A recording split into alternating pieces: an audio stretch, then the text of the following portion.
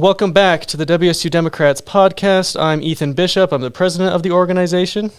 I'm Vaughn Tippets. I'm the vice president. And I'm Jayden Mason. I'm just here. Awesome. And today we've got a stacked episode. We're talking about Renee Nicole and ICE, Trump floating the annexation of Greenland, the fight over extending ACA subsidies, Trump's so-called anti-corporate housing bill, and we'll close with a quick rundown of a recent Karoline Leavitt post that's been making the rounds and anything else we'd like to discuss. So first of all, what we know so far concerning Renee Nicole and ICE is basically this. Earlier in the morning of January 7th, before the shooting, Renee Nicole had reportedly just dropped her 6-year-old off at school and was driving with her wife when she encountered ICE activity. Minneapolis officials said she was acting as a legal observer of federal actions and was not a target for arrest. She appears to have stopped to monitor and document the ICE activity, essentially observing the operation, talking to agents, and watching what they were doing. Multiple videos show Renee Nicole in a red SUV with a chaotic scene around the vehicle. Sirens, people yelling, agents trying to get the door open. In the bystander footage the DHS later reposted, agents cluster near the driver's side, and at the critical moment, one agent is positioned in front of the SUV. After someone in the car yells drive, the SUV begins moving forward, and the agent fires at very close range while moving/jumping out of the way. Note that another video later came out of from the ICE agent's cell phone, which he was holding in one hand before the shooting. The Trump administration/DHS has publicly characterized the incident as self-defense and claimed the vehicle was weaponized, while Minneapolis officials, including the mayor, have sharply disputed that narrative and called the shooting avoidable/reckless based on what the videos appear to show. Legally, the big question is whether the use of deadly force was objectively reasonable under the totality of the circumstances. And the Supreme Court has emphasized you don't get to look only at the split second of the trigger pull if the lead-up matters. Sorry, I messed up the whole thing. On policy, the guardrails are even clearer. DHS's department-wide use of force policy says officers generally must not shoot at the operator of a moving vehicle unless deadly force is authorized, i.e. an imminent threat of death/serious injury. And DOJ's policy is explicit that firing at a moving vehicle is restricted, and that no other objectively reasonable means of defense includes moving out of the vehicle's path. He was standing right in front of it. And the don't put yourself there principle is spelled out in federal components training/policy language too.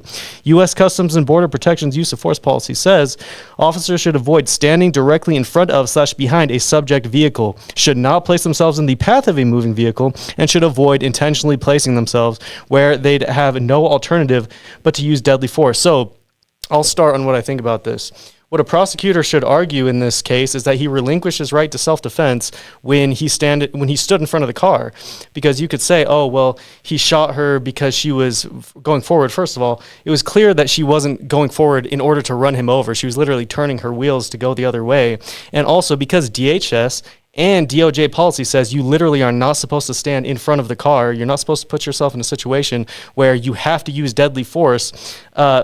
He cannot use that as a defense for self-defense, okay? Because he was doing something he was not supposed to. He was breaking protocol, and then he shot someone, okay? He shot someone in the case where he could have gotten away from the car, hence he did. And in that video that he recorded with the video camera or the phone in one hand, and then he pulled out the gun with the other hand,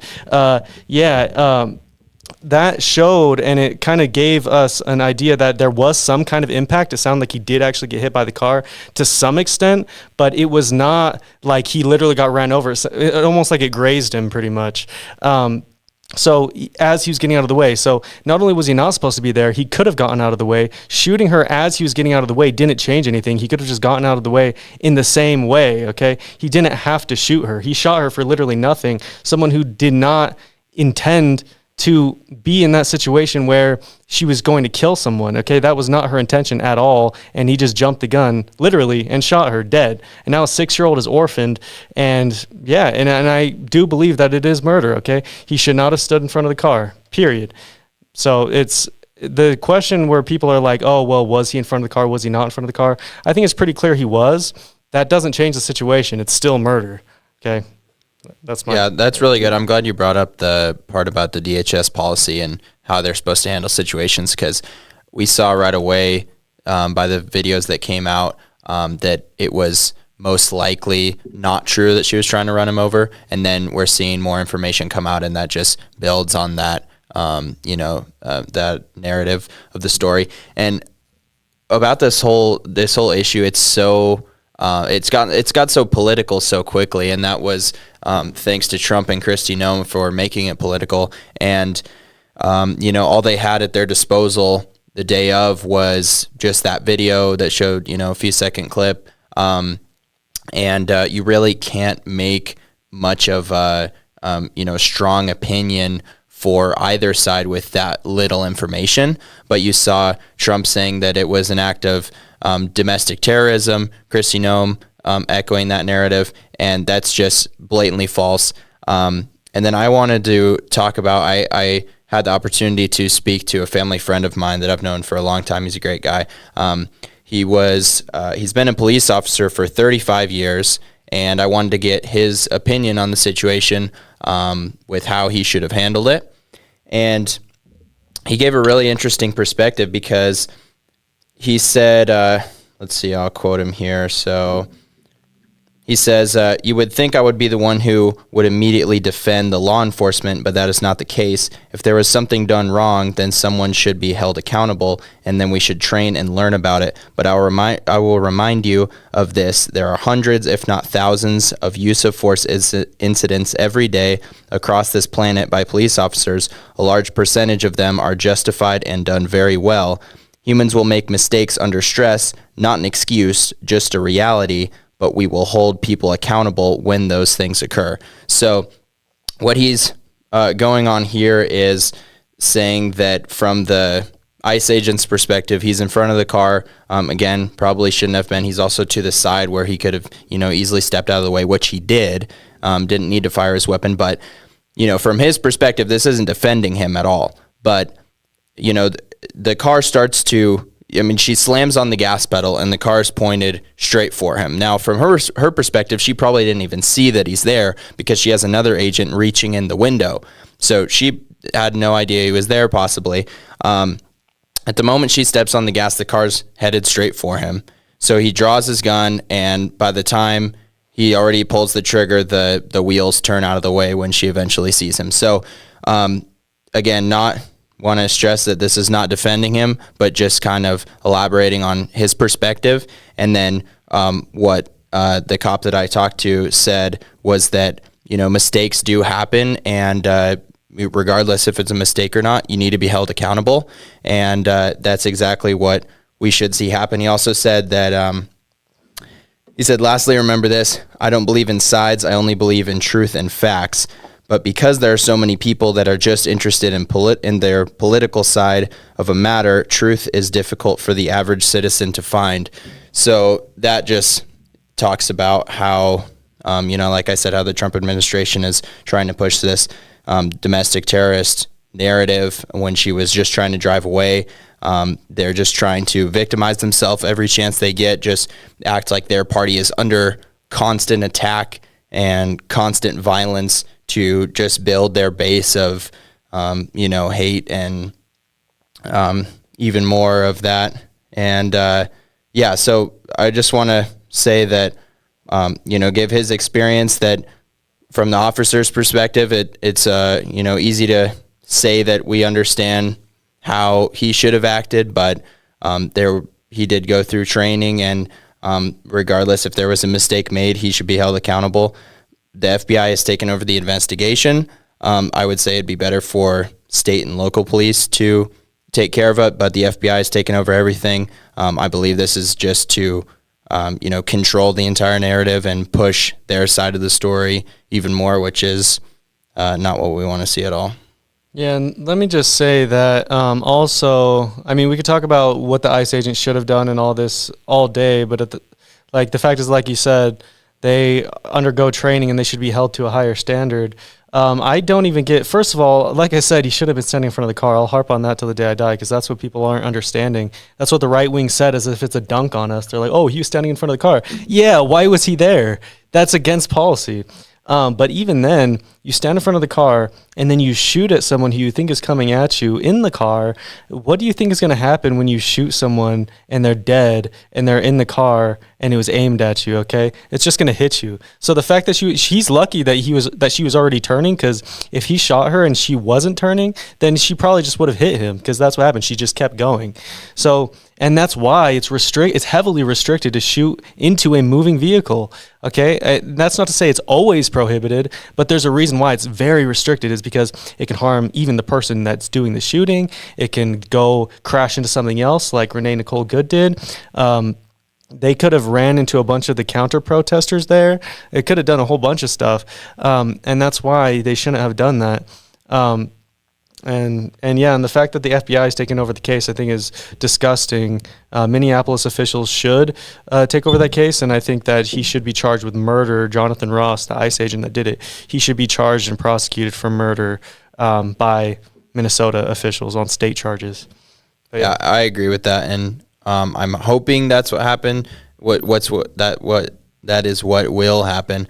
But with the FBI taking over investigation, I feel like he'll gain some immunity from that. And there's a really good and important comparison to January 6th compared to this incident, because the people who say that this was, she tried to run him over with the car and everything was justified and, it's all said and done. These are the same people who will defend the January 6th protesters who broke into the Capitol and beat up police officers there who were just trying to protect themselves, didn't shoot at anybody. They'll defend these criminals for assaulting police officers and breaking into the Capitol, but then they'll also defend this ICE agent on the other side. So it's just really contradictory. It doesn't really make sense to me. But I mean, that's kind of what we see nowadays with such split political parties. Yeah. I mean, it is contradictory. The point isn't that it makes logical sense. The point is that they're trying to win, essentially. It's a lot of people, both in the administration and even on your day-to-day, will treat politics sort of like especially your normal person will treat politics like a team sport, because that's how the parties want it to be. Because when you treat it like a team sport, all of a sudden your rationality goes out the window about it, where obviously this is outright murder. It seems very clear to me. You can even see him, he switches the hand he's holding his phone to his left hand as if to pull for his gun before she even starts driving towards him. Yeah. And it seems very clear. And then he walks off with barely any emotion about it. And the rest of the ICE guys are just covering up for it they're standing around. They prevent immediate medical aid for it. Mm-hmm. And it's just it's horrific. And then immediately you have the administration running damage control, and immediately you have a lot of people who will just defend it because that's what they feel they're supposed to do, because it helps their side win. Yeah. And that's a big issue. That's one of the big issues that the Dems are going to have to figure out on messaging, because they have to get over that wall that's been built. Yeah, and I like that you brought up that they didn't let a doctor administer medical aid to her. That was just disgusting, because they lied about having medics on the scene when the dude was asking. He just said back up, basically said back up or you'll get arrested, when literally a doctor trying to save someone's life. And so, there was that. The whole situation is fucked up. And that should be used to further note the cruelty of ICE, is that they didn't even allow a medic to see a mother of three, to potentially not orphan her child. They didn't even let her get medical help. Okay. And also, I also wanted to bring this into a wider discussion before we move on about should we abolish ICE, because I think that this situation is one example of ICE acting, out of whack, sometimes even more than police, like normal police do. Even during the Black Lives Matter protests and all that, there was a strong crackdown on them. but I still didn't see police engaging in the same tactics that ICE is doing, like arresting people. Like there was this dude who dresses up like a giraffe who just dances and he just kind of taunts them and all that. And yeah, they just straight up got sick of him and they just arrested him. And this isn't even the first time he's been arrested for doing nothing but just dancing around, like acting like a fool, basically. Like, and I also saw a video of them spraying pepper spray into a moving car as it was driving by. It's like, how is that safe? How is anything that they're doing safe? It's slamming people on the ground, profiling people. And also, I'm going to make a hot take. I don't care about anyone's immigration status, okay? I care about whether they committed a violent crime, okay? So I don't think that ICE should exist because ICE is not dedicated to immigration-related violent crime. That's one thing that they encounter, such as human trafficking, arms smuggling, stuff like that. Obviously, rape, murder. I don't think that we should have ICE because ICE isn't an agency solely dedicated to that. What we need is to beef up the DOJ and the FBI in order to go after these violent criminals and gang members, and we need to abolish ICE so that they don't go after just innocent brown people who are just, trying to live their lives and contribute to this country. Like there's a really good video of this guy who was, talking to ICE and all that, and he was like, not only did you murder a woman, you guys are ruining businesses that have been here for generations, okay? Like there's literally in Minneapolis and all across this country, there's so many businesses ran by immigrants who have done nothing but contributed to the community, and they're being shut down because all of their workers, and even at the top, they're all getting deported, okay? And it's disgusting. So I think we should abolish ICE and basically start doing a whole lot better, but maybe I'm just a far lefty. I don't know. Yeah, I mean, you look at when Trump first talked about his immigration crackdown and how he was going to deport illegal, violent criminals. That's not really a bad thing. I thought that and was like, yeah, I mean, these people, they should absolutely be gone. They're harming our citizens. And then I see that, just ordinary people are their windows being smashed, thrown out of cars. My friend from Oregon, his dad was abducted by ICE and deported. And he did not have legal citizenship, but he had zero criminal record. He, was just moved here to, have a better life for his family. And these are the people that they're deporting.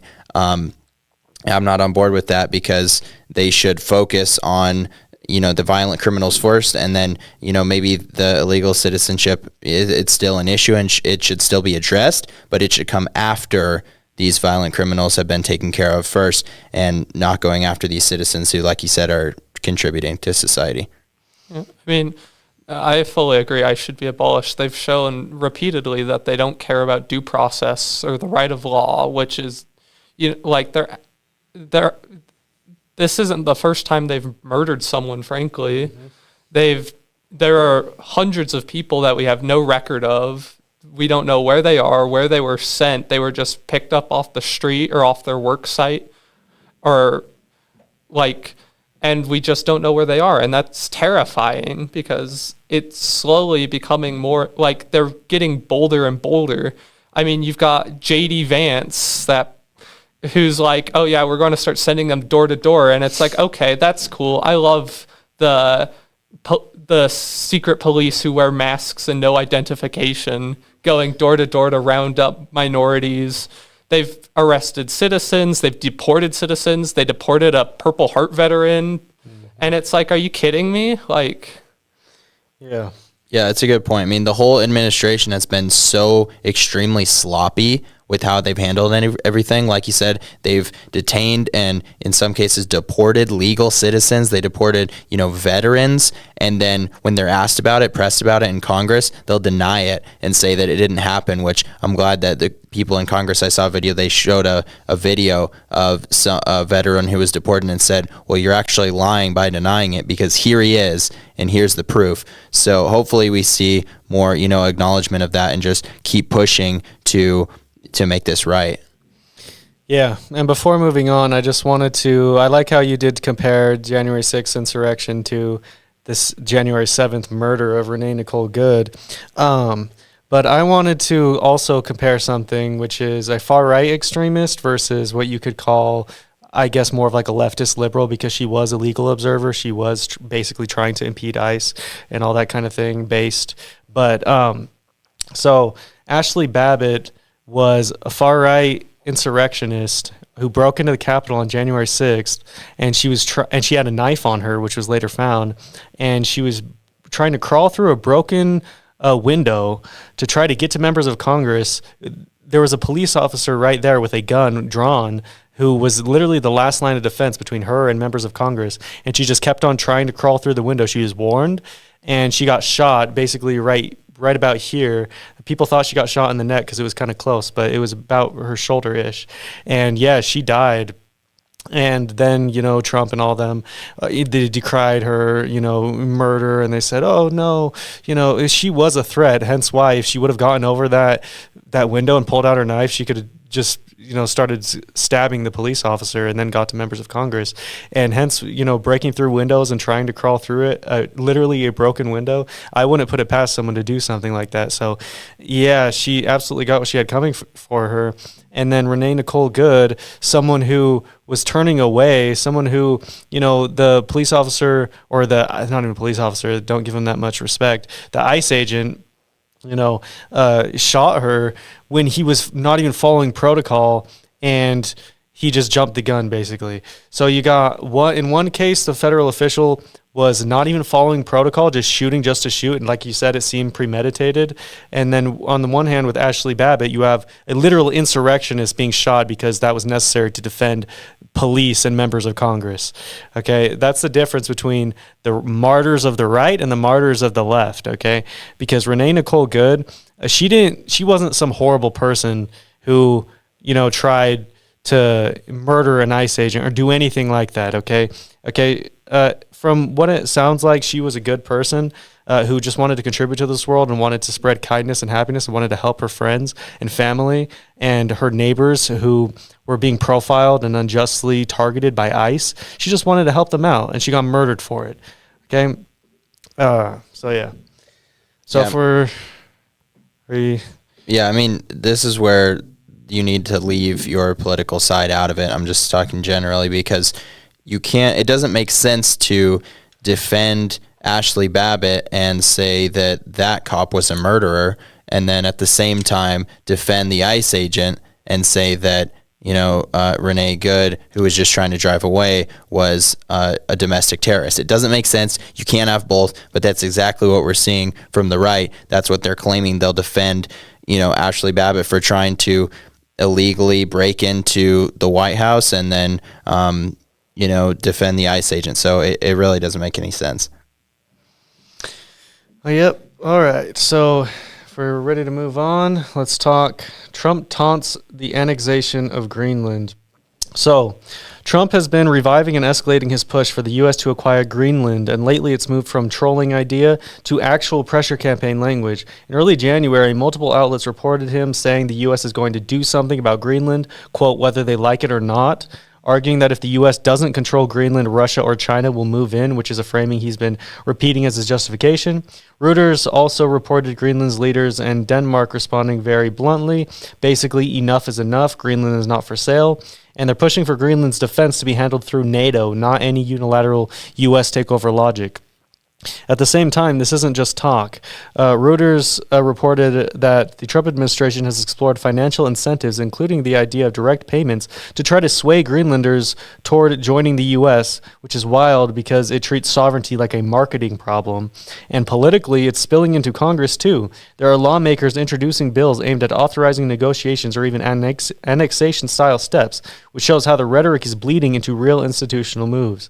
The bottom line is this: Trump is framing Greenland as a national security must-have, but Greenland's government and Denmark are saying clearly it's not happening, and that pushing the issue, especially with force, quote, on the table, would be a direct stress test on NATO unity and U.S. relations in Europe. So once again, I think that there's something to be said about Trump's actions in Venezuela here. Whereas some say, like I say, it's mostly about oil and it's about domination and all that kind of thing. Some people say it's about drugs. Some people say it's about, stopping Maduro and helping their people and all that. I think the answer might be the same as the answer for why he wants to take Greenland, is that he is a so-called strongman who thinks that he gets to just take and take and take whatever he wants and conquer, just like Hitler did. And And that's what's happening.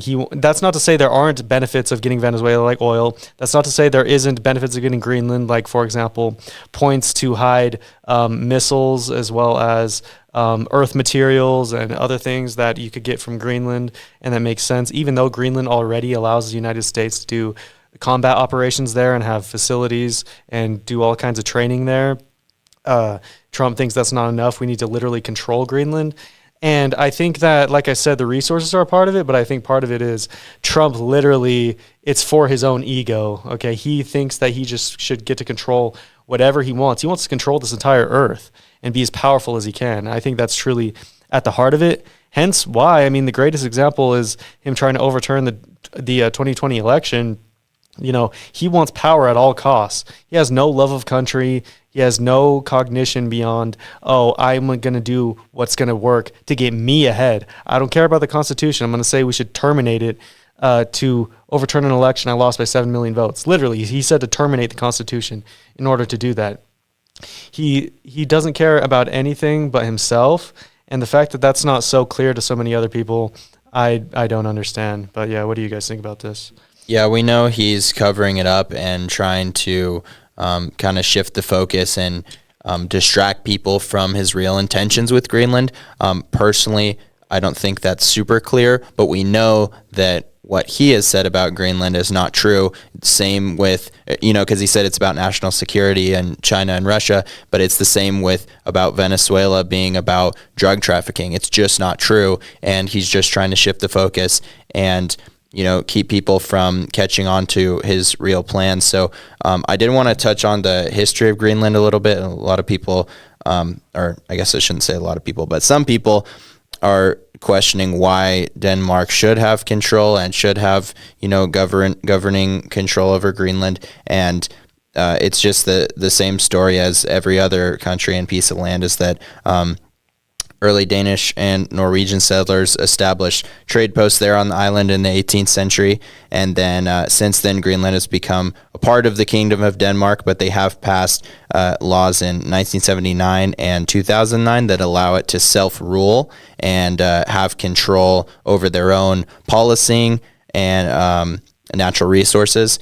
And then Trump has, like you said, not ruled out military force to gain control of the country, and this is to Denmark, a member of NATO, who is our ally, and he's just bullying our allies. He has no respect for anyone.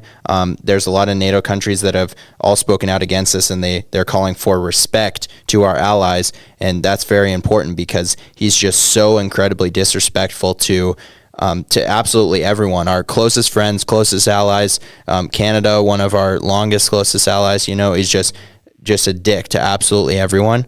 And I also want to point out that there are a few billionaire investors, Elon Musk, Sam Altman, and Peter Thiel, who have invested into this, can't remember the name, but earth minerals mining company in Greenland.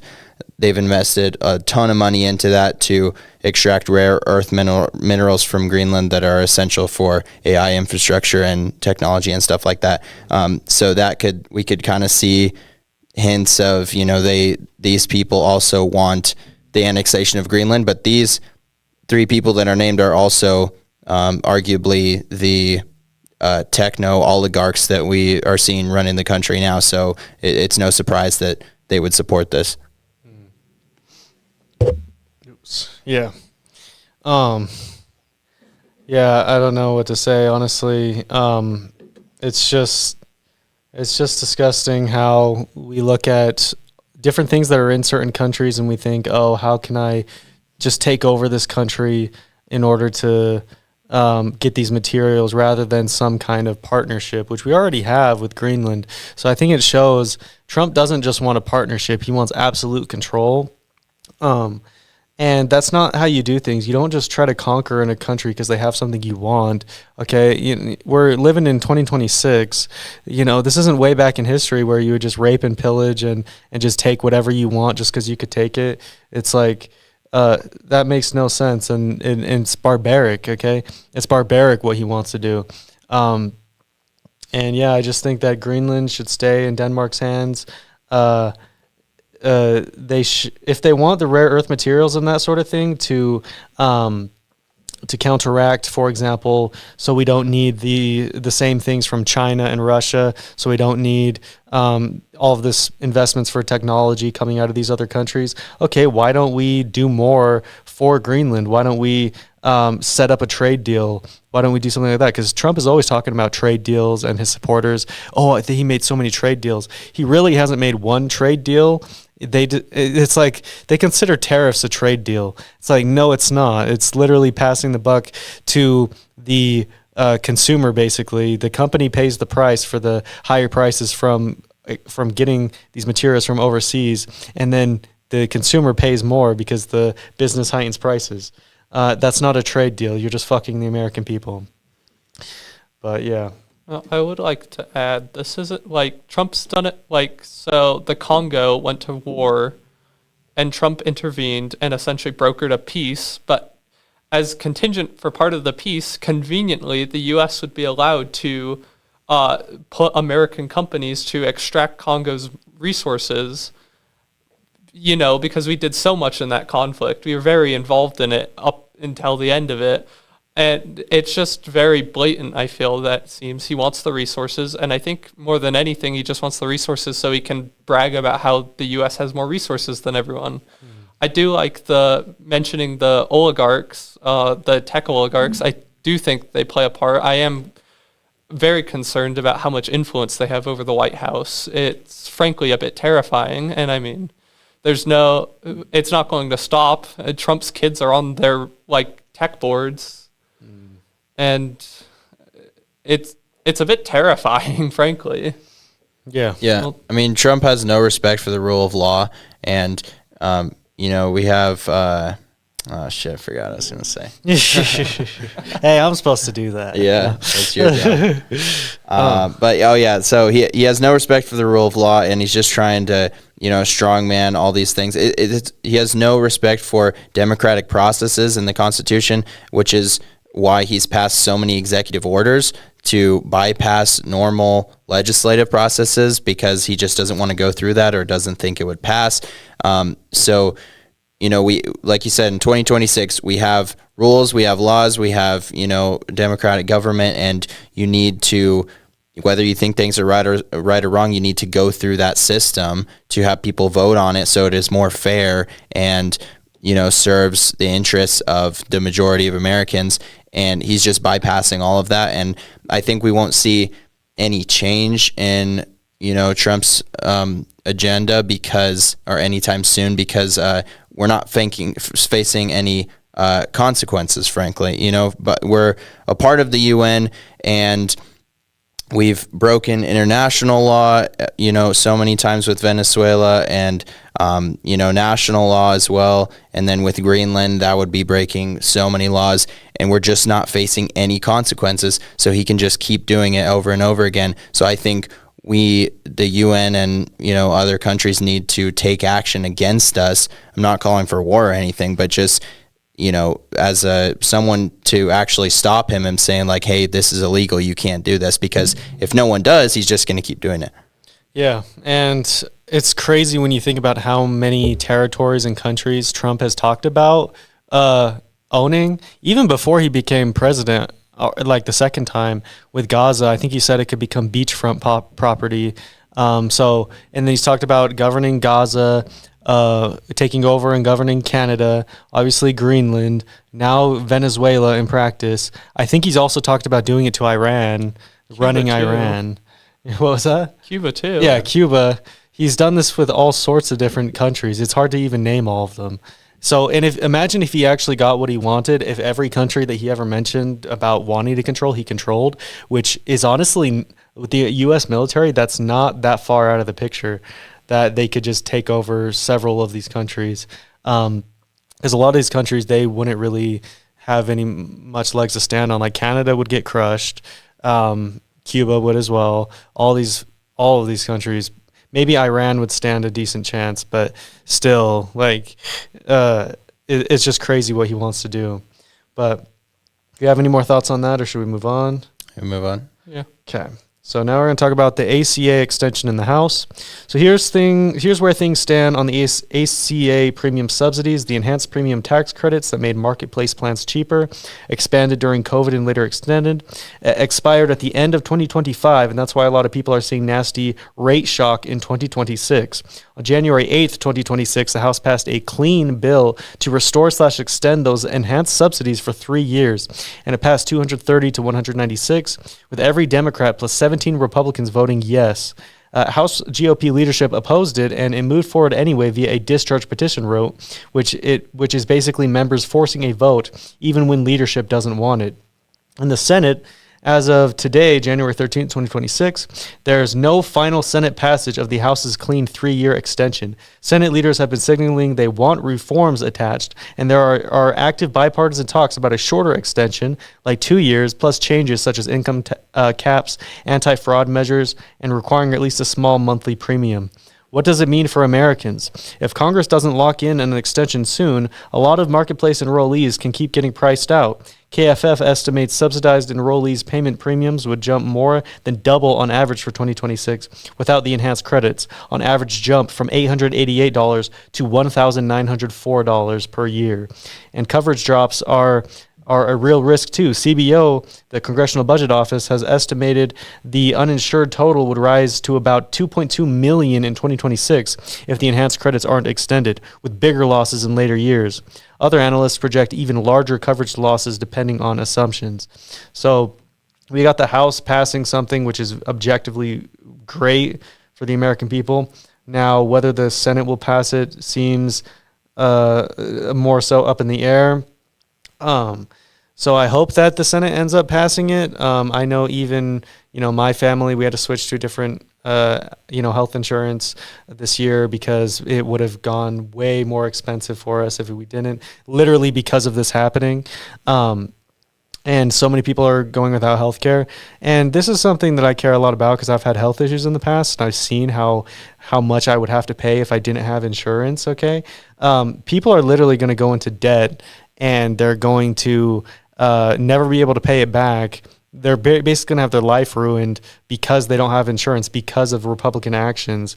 And also, this is also going to kill people because if they're not insured, guess what they're going to do when they get sick? They're certainly not going to go to the hospital unless they get really, really sick. And in that case, a lot of times that means they waited, and now the disease is even more progressive. And like in certain circumstances, this can be the death knell for the patient, okay? Because a lot of diseases have to get caught early. Like, for example, necrotizing fasciitis, which is what I had, which is a flesh-eating disease. If I would have waited and waited and waited because I didn't have health insurance and I didn't want to pay maybe even hundreds of thousands of dollars, guess what? Well, maybe not hundreds of thousands of dollars, tens of thousands probably, if not hundreds of thousands, depending on how bad it is. If I wanted to wait like that, yeah, I probably would be dead today because that's how serious of an illness it is, or I would have had more stuff cut off of me. Because that's the treatment for a flesh-eating disease is you cut out the infected material and give them antibiotics. So, like, I feel very passionately about this because it's disgusting. No one should have to not have health insurance, okay? Because here's the thing. I believe in capitalism to some extent. I just don't think that we should have a floorless capitalist system where someone can be crushed by medical debt, where someone cannot have health insurance. I think everyone should have health insurance, period. I think everyone should have access to education. I think everyone, should have access to housing if they can't afford it, okay? No one should be left to rot in the dust, and I think that with Republicans, it's socialism for the rich and rugged individualism for the poor. Hence why they have no problem, passing huge tax cuts for the wealthy, like what they did with the big beautiful bill. And then when it comes to helping ordinary Americans, it's like pulling teeth, and they don't want to do it. Yeah. Have a good one, man. Yeah, I mean, surely it'll trickle down someday. It's only been 40, 50 years now. Like, any day now it'll hit. But no, like, I mean, even if we wanted to meet the Republicans on their fiscal game long term, I honestly see this costing more. It costs more to, like, the more we push disease treatment back, the more it costs the state to, heal. Yeah. The less economic productivity the state has. Like, it just doesn't make sense. all the way around. There's been a number of studies that have shown that if we went like full universal healthcare, we would save on our healthcare spending. But no, let's cut it more because that'll fix the problem, surely. That'll solve our budget. We can go throw another 500 billion at the military, right? Am I getting that right? I think so. Yeah, 500 billion at the military, but no, we can't afford to help poor people cover their medical bills because God forbid. Yeah, I mean, this just shows that Trump doesn't give a shit about the average American, which has been obvious for a long time now. But, like you said, people don't have health insurance because it's too expensive. They ignore all these signs and symptoms. They don't get treatment. And then when it gets serious enough, they end up in the emergency room. And then who pays for that? We do. Like you said, the state does. So it really just ends up being more expensive for everyone else by cutting, programs like the ACA. And then Mike Johnson being Speaker of the House, with the government shutdown ended, they agreed. A big part of that was agreeing on a later vote for the subsidies, which Mike Johnson tried to delay as long as possible and not go through with this vote, which is why, like you said, they had to use the discharge petition to force the vote. And then luckily, the 17 moderate Republicans went with Democrats to get it passed. This is also these 17 Republicans. That's very, very important. You're seeing that Trump's hold on his party is not as strong as we sometimes thought. That's very, very good because the stronger that gets, the more he gets his way and just bypasses all of these democratic norms and things. And then I also want to point out that the previous ACA extension bill failed in the Senate in December, very close, or it was 51-48, so actually not close because it has the filibuster. But so as a result, the bill passing the House as it is, it would pretty much be dead in the Senate, which is why both parties are working right now to modify the bill and try and come up with something. But even if we had, extended the subsidies for a year, that would be huge and just buy everyone time, or it would buy the lawmakers time to work out something else, and it would buy the American people time to not die of their diseases and have to focus on medical debt and all these terrible things. And from a political standpoint, I'm still really upset with how the Dems handled that all. We traded every bit of leverage we possibly had politically for a vote on something that the Republicans can just vote no on. So Chuck Schumer, a couple years down the line, or in 2026, can then go, oh, the Republicans voted against your health care. Okay, cool, that's great. But in the meantime, thousands of people are dying because they don't have health care, and you capitulated on everything else for this flimsy vote. Thanks, Chuck. You really did a great job on that one. I think it was 7 Democrats in the Senate who voted to reopen the government without the ACA subsidies like that. And I agree, those Democrats are just feckless. They should not have done that. They should have kept the government closed as leverage to you get those subsidies back on so that people wouldn't lose their health insurance and all that kind of thing.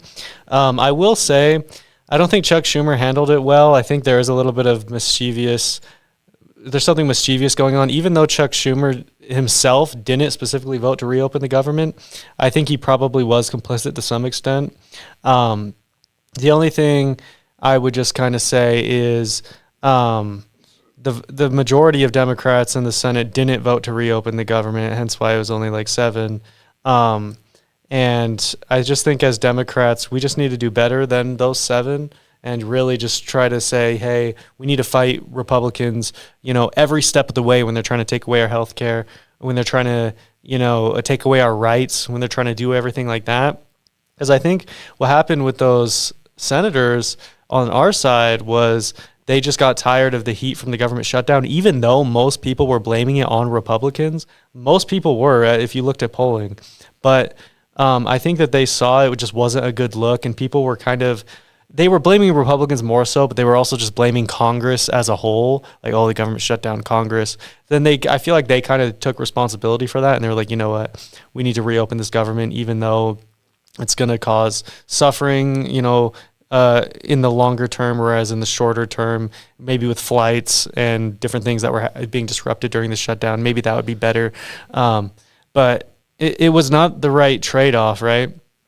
There needs to be much stronger outlook for the Democrats. They need to be doing something, right? They need to be ensuring that everyone has health care. They need to be protecting abortion rights. They need to be stepping in, okay? They need to be doing what they must, okay? We need to stop capitulating to the right, and we need to stop thinking that they're playing our game or that this is some joke dealing with people's health care, okay? Because it's not a joke, okay? This is life and death, okay? And this is people's livelihoods on the line.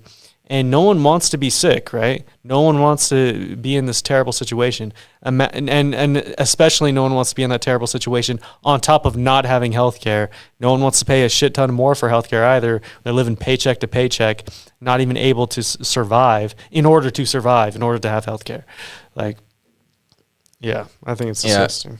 I think the fact that a government shutdown is even possible in this day and age in our country is just absolutely childish, because I brought up before how a lot of other first world countries, they don't have government shutdowns. We're the only one that are able to go through with the government shutdown because they have policies in place that will avoid that. And, they just keep funding with the past funding bill. They just keep that going until they can get a new one. They don't just completely shut down. I mean, it's just so ridiculous. And then the fact that they because they have to work together on this, and then you just see the political polarization, which makes that so much harder. And these lawmakers are still getting paid during the shutdown when other people are furloughed, and a lot of institutions, have to put on hold. That itself is ridiculous.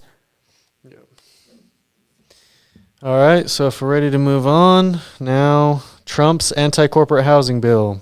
So Trump is pitching an anti-corporate landlord housing move that's basically framed as stop Wall Street from buying up single-family homes so regular people, especially first-time buyers, aren't getting outbid.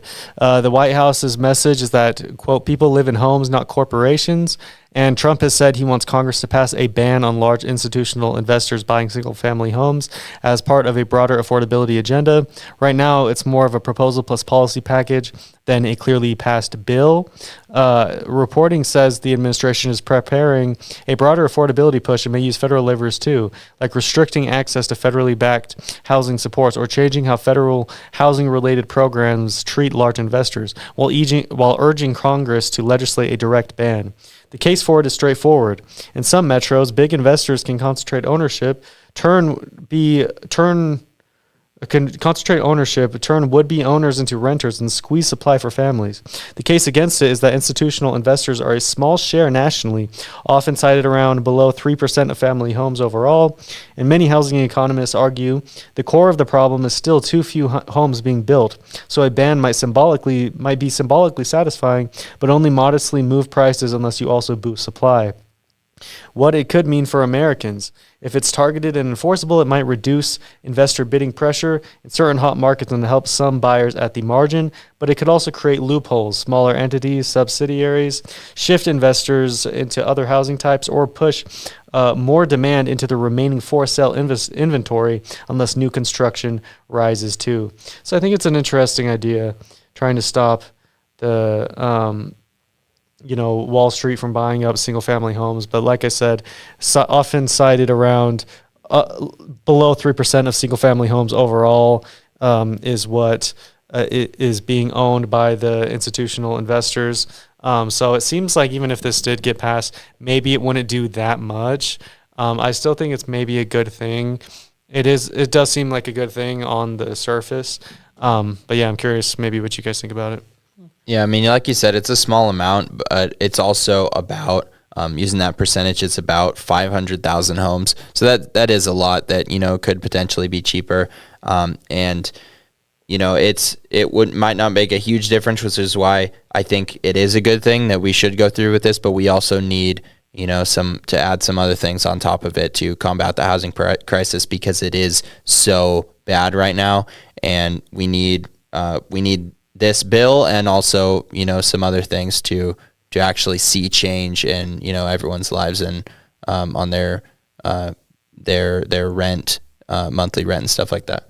Yeah, I mean, I pretty much agree. I think it's just he's throwing people a bone. It's small, but it is something. I agree, it's good, if not enough. But yeah, I think it's just an easy, quick win for the administration when they need something to break off the streak of PR disasters they've had. Yeah, that's actually, I like that you said that, because that's actually something I wanted to say. They're launching the affordability agenda a year into his presidency. This should have started his day one. I think it's pretty clear the reason why he's trying to do that and pivot to affordability, which he ran on in the first place and then pivoted out of, is because he knows his approval rating is so bad. So a lot of the polls show like 39%. There's some polls showing 36% of voters approve of him, or 36% of Americans in general approve of him. So he's trying to switch to something else. Oh, look at these housing decisions. Look at this. Look at that. He tries to use that to distract people from how shitty the economy is, and Epstein, as well as the cruelty of ICE.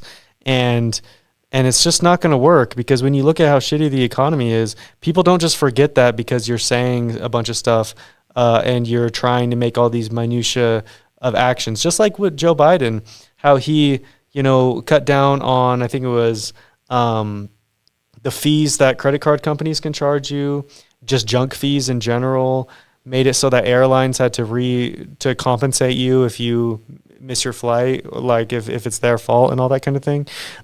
He did all these little things. None of it really worked, or none of it, I don't see any evidence that really helped almost at all for his trying to be reelected.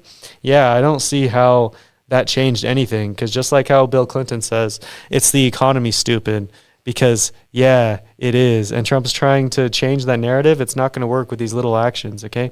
Maybe if Trump came out and said, hey, we're going to ensure everyone has health care. We're going to ensure no one is drowning in student debt. Here, let me cancel a bunch of student debt just like Biden did. Oh, now we're talking real action, okay? But all this, no. This is pussy shit.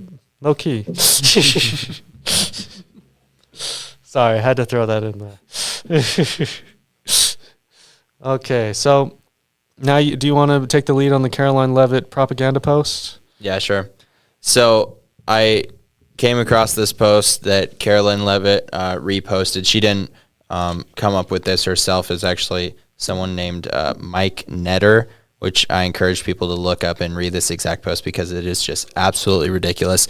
And it just proves again that the Trump administration is just pushing propaganda. They're just pushing lies, and it is just so obvious, and people just gobble it up and they believe it all, and they don't do any of their own research or question it whatsoever. So the post is this guy, he has no credibility. There's no sources. There's nothing to confirm that this is true whatsoever, but he says that this account from a Venezuelan security guard loyal to Nicolas Maduro is absolutely chilling, and it explains a lot about why the tone across Latin America suddenly changed. So he just goes into an interview with a security guard and a interviewer. That's it. No names, no sources, no nothing. Just security guard and interviewer. And I won't read the whole thing. It's kind of long, but I'll just read a little bit of it. It's just so obviously fake. This is what he said, the security guard said. So, on the day of the operation, we didn't hear anything coming. We were on guard, but suddenly all our radar systems shut down without any explanation. The next thing we saw were drones, a lot of drones, flying over our positions. We didn't know how to react. Interviewer says, so what happened next? How was the main attack? Security guard, after those drones appeared, some helicopters arrived, and those were very few. From those helicopters, soldiers came down, very, very small number. These men were technologically very advanced, and he goes on. So I just want to say, I just want to quote the interviewer, because you can just see how ridiculous it is. So the interviewer says, like, so what happened next? How was the main attacked? And then the battle began, and your own weapons, didn't they help? And your comrades, did they manage to resist? Who talks like this? Like, this is not a real person. This is just someone who came up with this, and it's not just me thinking this. The comments of this post are full of people just calling it out for being propaganda. The security guard just talks about the U.S. forces using some kind of super scary advanced sonic weapon, and he talks about, like, so the interviewer, another question at the end, he says, so do you think the rest of the region should think twice before confronting the Americans? I mean, really? Like, it's so obvious that they're just trying to say, using the Venezuela abduction of Maduro just to try and scare everyone into submission and, have Trump get away with everything. And yeah, if you're questioning me at all, I encourage people to look this up and read it for themselves. But just no one talks like this. It's so obvious that it's propaganda. And then you have, a top White House official, Karoline Leavitt, reposting this and just pushing misinformation and fake news, which is, kind of ironic with how against fake news they say they are, but they're the ones who push them more than anyone else. Yeah, I think that it's pretty funny if this thing is fake, that they just have to basically hype themselves up like publicly by having someone be like, oh yeah, they were so technologically advanced. There's only a few that came, but they just kicked all of our asses. Like, dang, this was such a clean operation. None of the thing we did worked. Like it just sounds like yeah, it literally is propaganda. It's just them trying to show others that, they're superior basically, and that, oh, look at what this military did. Look at our operation. Look at this spectacle. And I think that's kind of what they're going for there.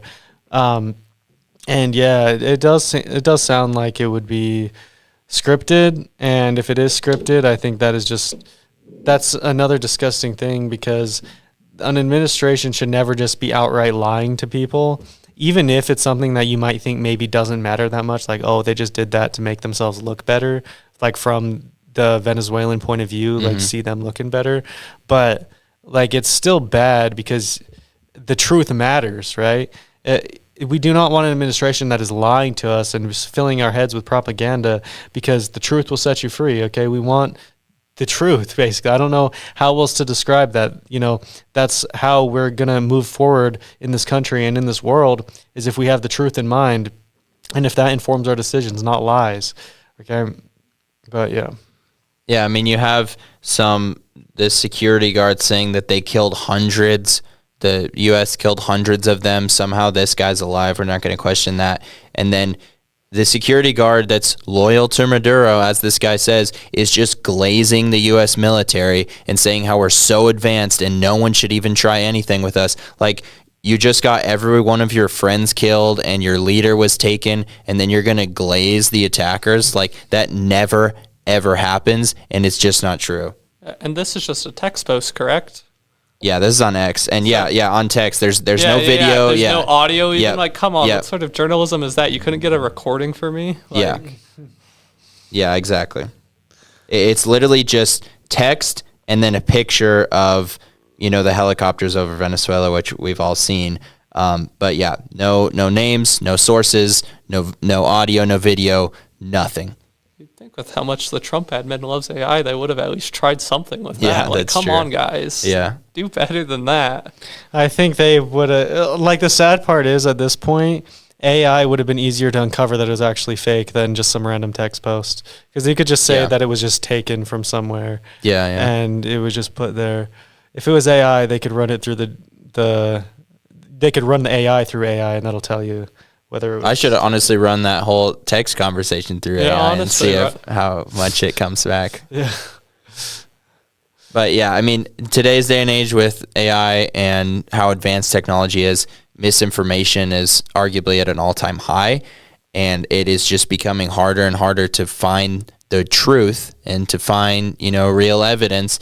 And then when you have, even if we had top officials only speaking truth, there would still be misinformation and conspiracies and all this stuff.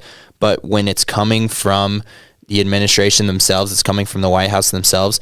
It just makes it so much harder to find the actual truth and just to convince people of, whatever false narrative they're trying to push. The protests in Iran, really quick, just a quick thing to touch on.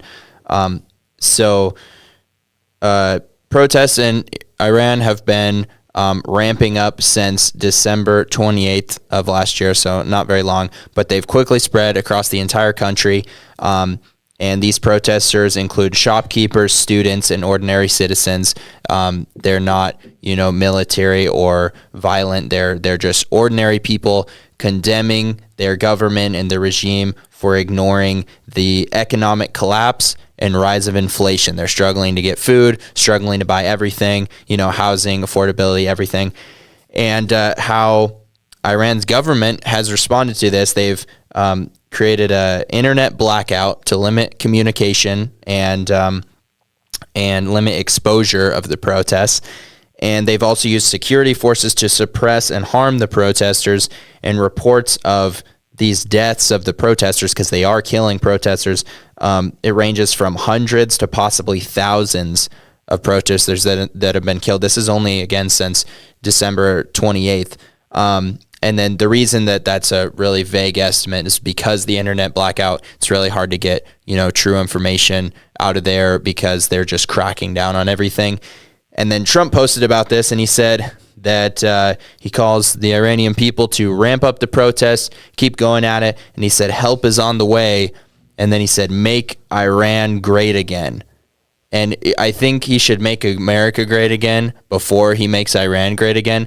And, like you said, this is just taking the focus off the Epstein files, off the affordability crisis, and just coming up with something to distract people and try and pretend that he's doing something good, when in reality, if he really is helping them at all, it's just spending money on a foreign country that is our enemy, more than spending more money on them than, dealing with problems that are affecting everyday Americans. Yeah, so I find it funny how he's like, oh, protesters, help is on the way. I'm sure that those protesters are, if anything, maybe they're a little bit more violent. Tell me the difference between the protesters who are protesting the cruel and tyrannical government in Iran and the cost of living crisis and all that. Compare that to the protesters today, including a lot of the ICE protesters, including a lot of those around where Renee Nicole Good was murdered, literally protesting a tyrannical regime as well as these economic conditions and all that kind of thing, where he doesn't have the same empathy for them because he knows that Iran is our enemy, so it's politically advantageous for him to say, hey, we're going to help the protesters and all that kind of thing. And I'm pretty sure, hold on, let me. And just look at the comparison between Trump and the Iranian government, the people that the citizens are protesting against. They're protesting rising inflation and affordability, same things Americans are protesting. And, they're cracking down on these protesters, killing them, arresting them. Trump is, he's a wannabe dictator. I say wannabe because he's not there yet. But he got Jimmy Kimmel off air and, suppressing free speech, trying to suppress these protests that are anti-Trump, no king protests like that. There's so many similarities with what he's speaking out against, but they're very similar. Mm-hmm. Yeah, and on that piece, one thing we didn't touch on today, which we might touch on in the next podcast, is Jerome Powell, the Federal Reserve Chair. He has an investigation that was opened up into him, and he was told that charges could be brought because the pretext was a testimony he gave to Congress when he was talking about renovations to multiple Federal Reserve buildings, because they said that it was going to cost way more money than they originally said. Whereas he came out with a video, I think it was yesterday, and he basically said, this is not about the renovations. This is about Trump wanting me to lower interest rates, which if he lowers interest rates, that can worsen inflation. And if it's up to the direct control of the president, they're just going to have interest rates at the rate they want it, looking towards the midterms, looking towards the presidential election, rather than looking for the next 50 years, which the Federal Reserve Chair is supposed to look at. So That's disgusting. And we could see more protests like that. Let's say Trump gets his way, and because that's another dictatorish action, and that's also an action that will ignite inflation.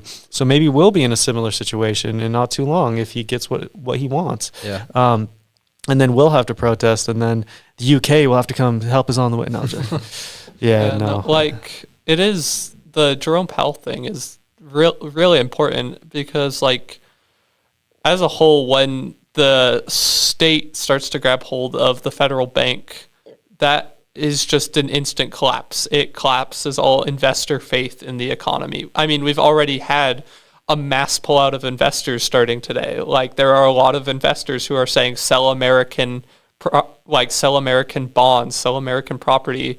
The dollar is just going to tank in value if we even dare to do something like this.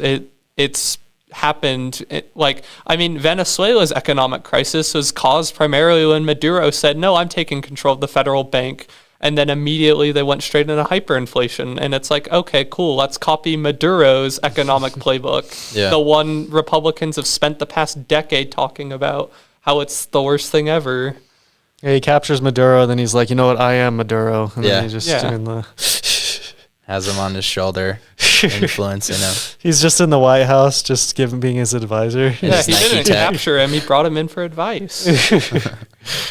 Yeah, and this is just talking about how Trump, keeps claiming that America is in a golden age, and economy's doing the best it's ever had, and stuff like that. But he's really, really bad for the economy, and bad for future investments because of how quickly things can change under his leadership. With his tariffs, he's trying to source more, American companies and goods to be made in the U.S. rather than overseas.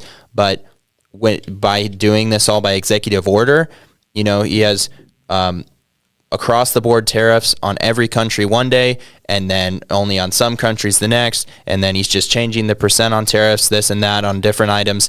And investors are skeptical, and they are not investing into the economy because they don't know what it's going to look like in a few years. And what he needs to do is go through the legislative process to pass a certain bill that says, tariffs are going to be this amount to these countries for this many years, or they're going to increase over this amount of time, and stick to it so that there's some something to fall back on, and something that's actually kind of solid to that provides not such skeptical investments.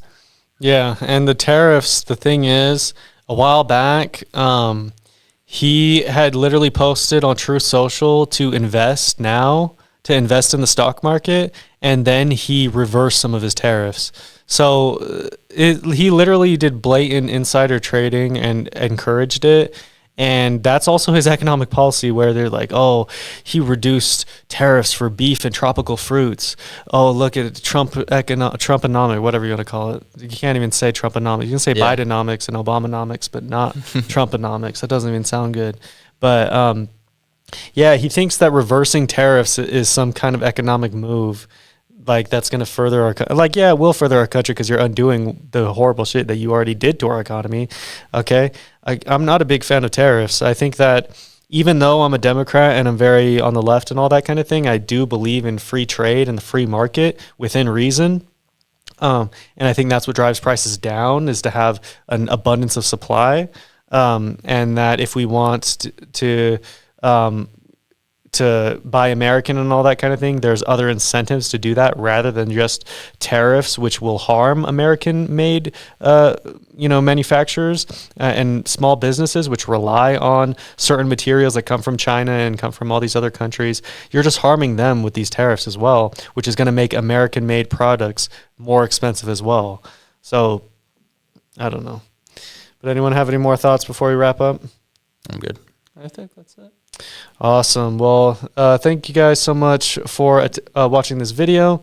I hope you guys have a nice day or night, everybody. Have a good one. See you later.